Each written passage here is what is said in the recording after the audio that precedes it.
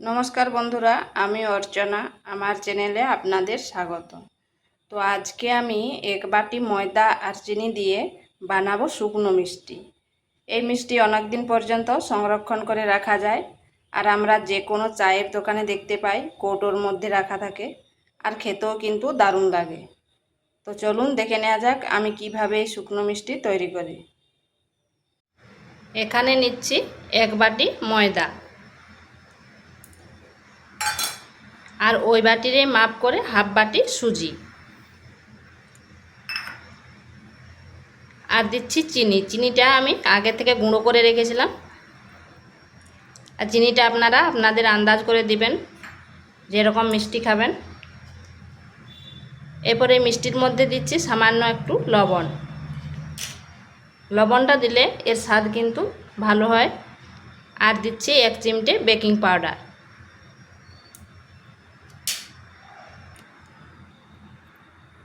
দিয়ে দিচ্ছি সামান্য তিল, সাদা তিল, আর দিচ্ছি মৌরি। এরপর শুকনো উপকরণগুলি ভালোভাবে মিশিয়ে নিচ্ছি।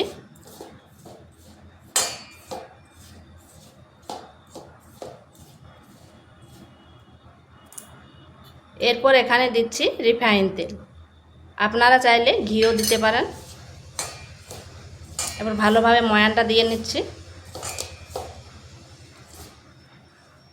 ময়ানটা এইভাবে একটু ঘষে ঘষে দিতে হবে।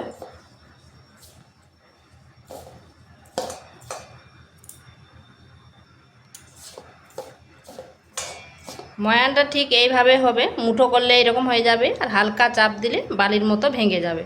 তাহলে বুঝতে পারবেন যে ময়ানটা দেওয়া হয়ে গেছে। এরপর অল্প অল্প জল দিয়ে একটা ডো তৈরি করে নেব।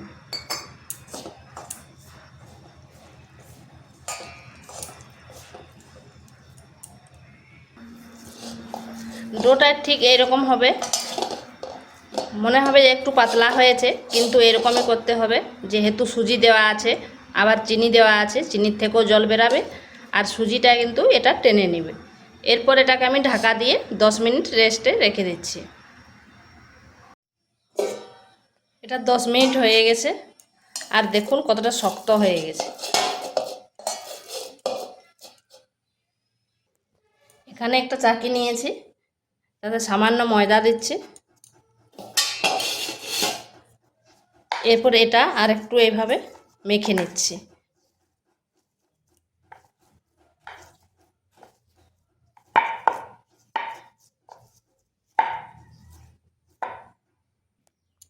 এখানে অল্প একটু ময়দা দিয়ে এইভাবে গোল গোল করে নিচ্ছি।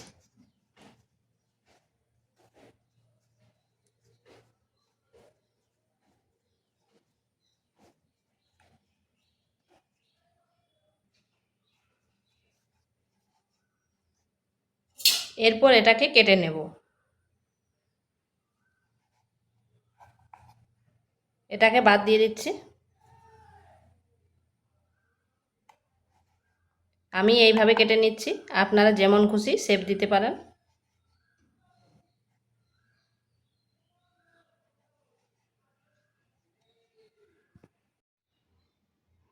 এগুলোকে এইভাবে কেটে নিয়েছি। এরপর এই দুই সাইডটা একটু এভাবে চেপে চেপে দেব, তাহলে কি দেখতে সুন্দর হবে। এইভাবে আমি সবগুলো করে নিচ্ছি।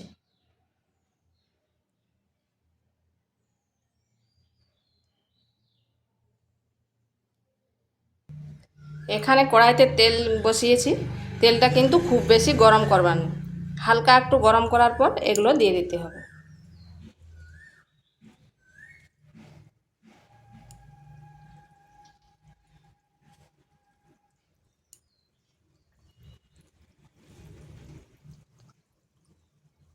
আর এগুলো দেওয়ার সাথে সাথে নাড়বার নেই, আর আঁচটা স্লো টু মিডিয়ামে করে দিতে হবে। হাতা দিয়ে না নেড়ে এই তেল কড়াইটা এইভাবে নেড়ে দিলে তাহলে আর নিচে লাগবে না।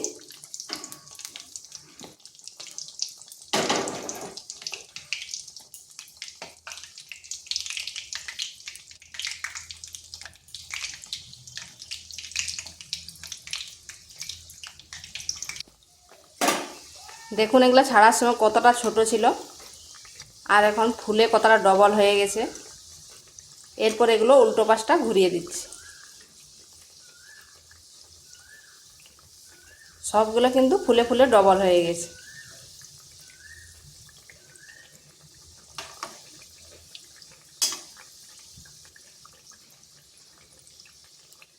তা আঁচটা অবশ্যই খেয়াল রাখতে হবে, স্লো টু মিডিয়াম আঁচে রাখতে হবে, না হয় উপরটা পুড়ে যাবে আর ভিতরটা কাঁচা থেকে যাবে।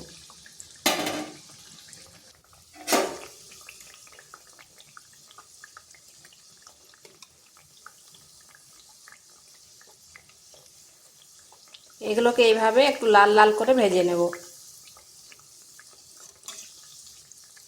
আর এই মিষ্টিটা বানানো খুবই সহজ, যে কেউ বানিয়ে নিতে পারবে।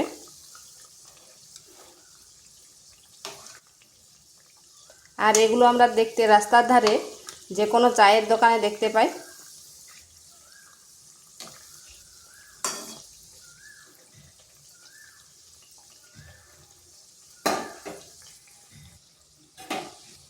এইভাবে লাল লাল করে ভেজে নিয়েছি। তো এগুলো আমার হয়ে গেছে, তুলে নিচ্ছি। এইভাবে সবগুলো ভেজে নিচ্ছি।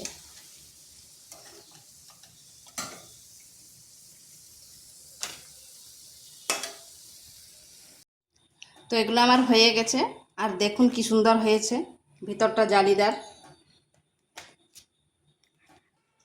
আর এইভাবে করে রাখলে অনেক দিন পর্যন্ত সংরক্ষণ করা যায়। আর ভিতরটাও দেখুন কতটা খাস্তা হয়েছে। আর এটা কিন্তু খুব বেশি সময় লাগেনি, যে কেউ বানিয়ে নিতে পারবেন। তো ভিডিওটা ভালো লাগলে লাইক শেয়ার কমেন্ট অবশ্যই করবেন, আর নিত্য নতুন রেসিপি পাওয়ার জন্য চ্যানেলটিকে সাবস্ক্রাইব করবেন।